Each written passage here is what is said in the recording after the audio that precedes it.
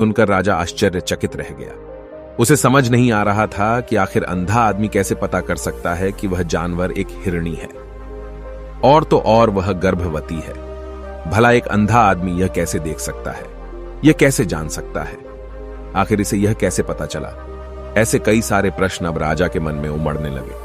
अब राजा ने यह ठान लिया था कि मुझे इस बात की तह तक पहुंचना ही है कि आखिर यह अंधा आदमी कैसे जानता है कि वह जानवर एक हिरणी है। यह सोचकर राजा उस अंधे आदमी के पास जाता है और उस अंधे आदमी से कहता है, देखो, मैं ये तो नहीं जानता कि तुम सचमुच अंधे हो या नहीं, लेकिन मैं तुमसे एक बात जानने आया हूं। क्या तुम मेरे प्रश्न का सही सही जवाब दोगे?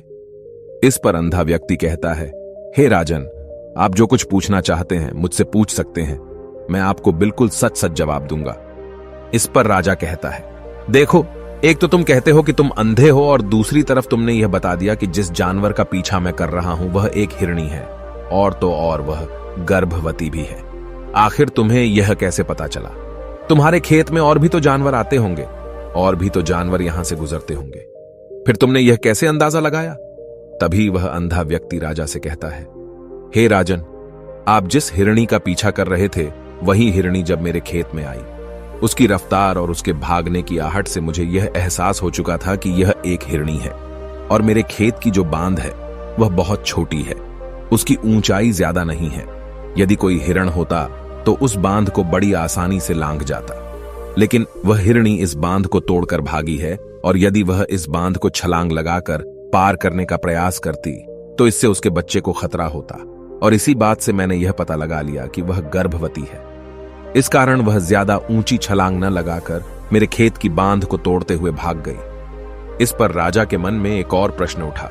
राजा ने कहा, किंतु तुम्हें कैसे पता चला कि वो एक हिरणी ही है, और भी तो कोई जानवर यहां पर आ सकते हैं? इस पर वो अंधा व्यक्ति कहता है, हे राजन, मैं पूरा दिन सुबह शाम यहीं पर बैठा रहता हूं, और मेरी सुनने की शक्ति बहुत तेज है।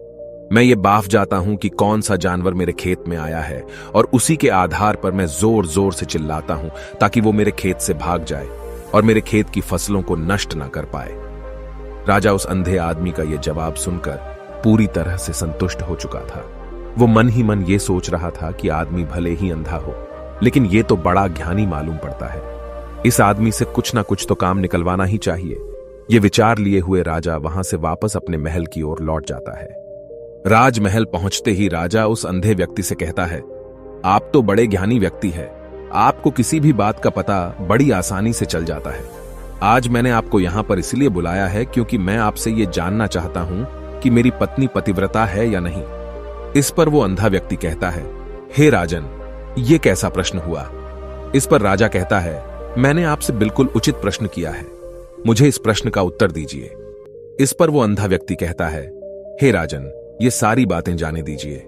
आपकी शादी को इतने साल बीत चुके हैं, और अब आप ये बात क्यों जानना चाहते हैं?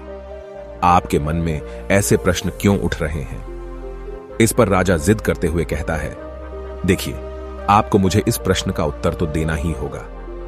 यदि आप मुझे इस प्रश्न का उत्तर नहीं देंगे तो मैं आपको मृत्युदंड दे दूंगा। राजा के मुख से यह बात सुनकर वो अंधा व्यक्ति कहता है, हे राजन, यदि आप इस प्रश्न का उत्तर चाहते हैं तो उसके लिए आपको मेरा एक काम करना होगा। राजा कहता है, बोलो, मुझे क्या काम करना होगा? इस पर व्यक्ति कहता है, इसके लिए आपकी पत्नी को मेरे साथ कमरे में अकेले छोड़ना होगा। उस अंधे व्यक्ति की यह बात सुनकर राजा पहले तो क्रोधित हो जाता है, लेकिन फिर कुछ सोच विचार करने के बाद वह उस व्यक्ति की बात